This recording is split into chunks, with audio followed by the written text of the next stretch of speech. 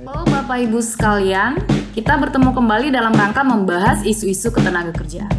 Dalam slide ini, saya akan mencoba membahas Omnibus Law di tengah perlambatan ekonomi dan ketidakpastian perekonomian global. Sebagaimana kita ketahui, saat ini kita dihadapkan pada persoalan perlambatan ekonomi, ketidakpastian perekonomian global, dan gejolak geopolitik dunia. Hal ini tentu saja sangat mempengaruhi perekonomian nasional. Selain itu, perubahan yang sangat cepat di bidang teknologi informasi dan ekonomi digital tentu juga mempengaruhi perekonomian nasional. Berkaca pada makroekonomi nasional, pertumbuhan ekonomi kita selama 5 tahun belum beranjak pada 5%. Untuk meningkatkan capaian makroekonomi yang kondusif, maka diperlukan pertumbuhan ekonomi yang lebih tinggi. Dari sisi ketenagakerjaan, kita juga masih menghadapi sejumlah persoalan ketenagakerjaan. Antara lain tingginya angka pengangguran yang berkisar 7 juta orang dan 2 juta orang angkatan kerja baru. Untuk itu diperlukan kerja keras untuk menciptakan lapangan kerja baru. Kita tahu bahwa pemerintah telah berupaya maksimal meningkatkan iklim investasi yang kompetitif untuk meningkatkan penciptaan lapangan kerja. Namun, diperlukan upaya-upaya terstruktur dan sistematis. Salah satunya melalui penataan regulasi, yang selama ini dirasakan saling tumpang tindih sehingga mempengaruhi kecepatan kita dalam menangkap peluang peningkatan investasi. Kita lihat visi Indonesia 2045.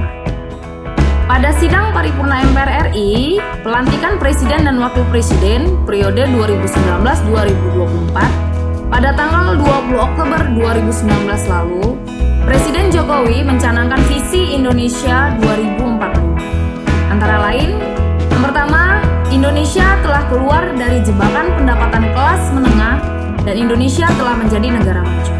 Yang kedua, produk domestik bruto atau PDB Indonesia telah mencapai 7 triliun dolar Amerika Serikat dan Indonesia sudah masuk 5 besar ekonomi dunia dengan kemiskinan mendekati 0%.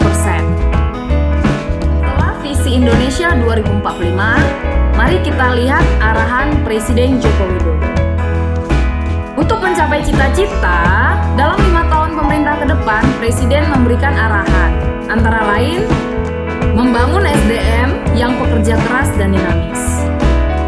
Next, pemerintah akan mengajak DPR untuk menerbitkan Undang-Undang Cipta Kerja melalui Omnibus Law untuk merevisi puluhan undang-undang yang menghambat penciptaan lapangan kerja dan yang menghambat perkembangan UMKM. Selanjutnya, investasi untuk penciptaan lapangan kerja harus diprioritaskan dan prosedur yang panjang harus dipotong.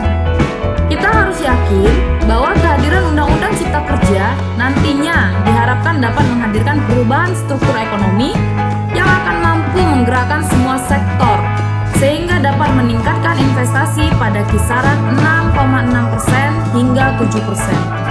Pertumbuhan ekonomi mencapai 5,7% sampai 6%, serta menciptakan lapangan kerja yang berkualitas sebanyak 2,7 sampai 3 juta per tahun.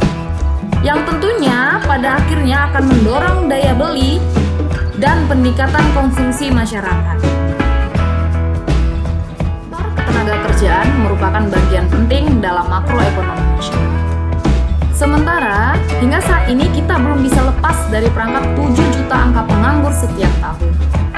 Mungkin ini disadari oleh pemerintah dan berupaya keras untuk keluar dari persoalan pengangguran dengan menekan angka pengangguran melalui upaya penciptaan lapangan kerja baru seluas-luasnya dan meningkatkan perlindungan bagi pekerja atau dalam menciptakan lapangan kerja seluas-luasnya, maka diperlukan dukungan investasi yang memadai.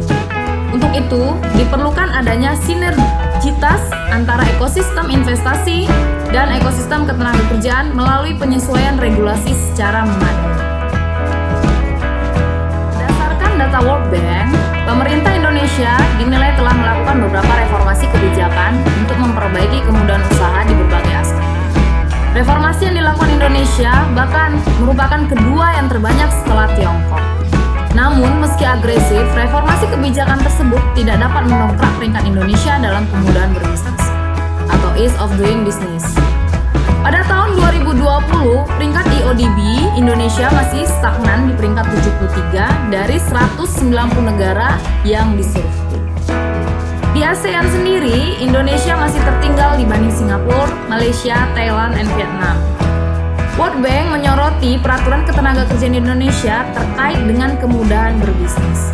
Dibandingkan dengan negara berpenghasilan menengah ke bawah di Asia Timur dan Pasifik, Indonesia memiliki peraturan ketenagakerjaan yang kaku, terutama terhadap perekrutan tenaga kerja.